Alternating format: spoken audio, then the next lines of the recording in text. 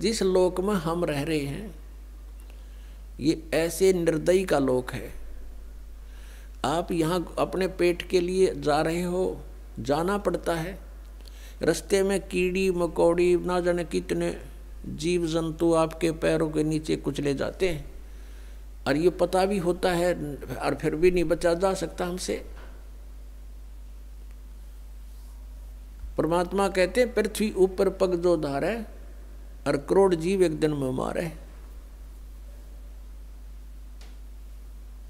अब कहने का भाव ये है कि जो हम साधना करते थे शास्त्र विधि को त्याग के, उनसे पुण्य तो कोई बना नहीं था क्योंकि वो शास्त्र विरुद्ध होगी, और पाप अपने आप बने थे। जैसे 1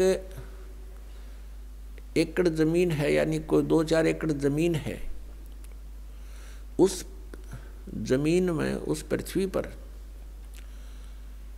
यदि उस जमीन से हम कुछ लाभ लेना चाहते हैं, जैसे कणक उगाना चाहते हैं, गेहूं चना बाजरा ज्वार कोई भी फसल हम बनाना चाहते हैं, तो उसके लिए हमने एक विशेष प्रयत्न करना पड़ेगा। वो घास पहले वाला काटना पड़ेगा, उसमें कोई झाड़ बोझड़े उग गए हैं वो काट काट के बाहर करने पड़ेंगे, और फिर हल से ट्रैक्टर से यानी परिश्रम करना पड़ेगा और पैसे लगाने पड़ेंगे। अपनी मेहनत से, मजदूरी से या पैसे से उसकी गुड़ाई करनी पड़ेगी। फिर बीज डालना, वो भी पैसा, यानी बीज जो डालेंगे चाहे मोल ला कर डालेंगे या अपने घर से डालेंगे तो वो भी पैसा ही लग रहा है।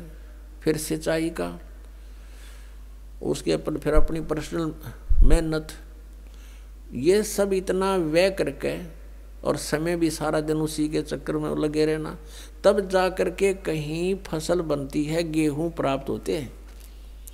और उसी जमीन, उसी पृथ्वी को आप बिल्कुल ना छेड़ो, कुछ ना करो, उसमें भी फिर भी अपने आप अड़ंगा उग गया होगा,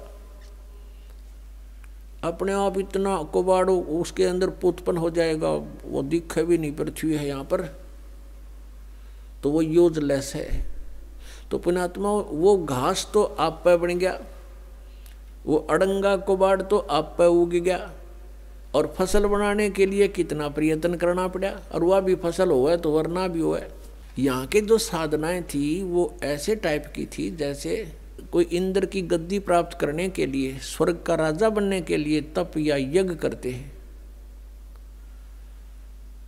तो उनकी यज्ञ या तपों को खंड करवा दिया करता था वर्तमान राजा इंद्र। क्योंकि यहाँ राजनीति चलती है, धर्म नीति नहीं चल सकती। धर्म नीति तो परमात्मा के चरणों में आने के बाद हम राज्य की इच्छा त्याग कर ही धर्म नीति को पर चल सकते हैं, उसको सफल कर सकते हैं।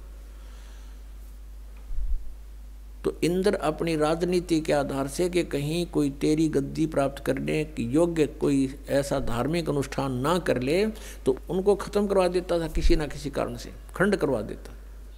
तो वो समझ ले जैसे किसान यहाँ पर खेती तैयार करता है, ओले आगे